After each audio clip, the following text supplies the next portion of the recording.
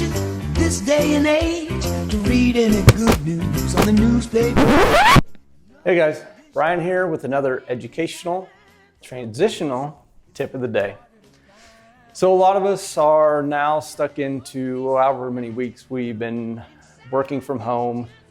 Some new people have just started working from home. Our office, we've had sections of people work from home, and now almost everyone's working from home, besides our active crew members.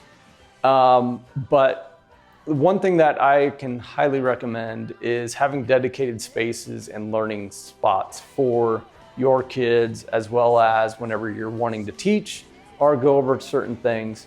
If you have it kind of strewn all around, it's not going to be very well structured for them. They're going to see this, they're going to not take it seriously, and then it's just going to be one big mess trying to reorganize everything.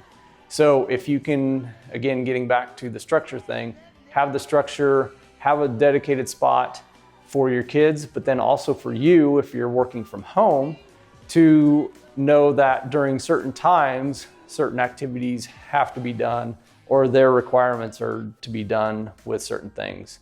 It's just going to help you out, keep you productive at your job, as well as keep your kids productive at their schoolwork that they need to get done. And that's your educational tip of the day.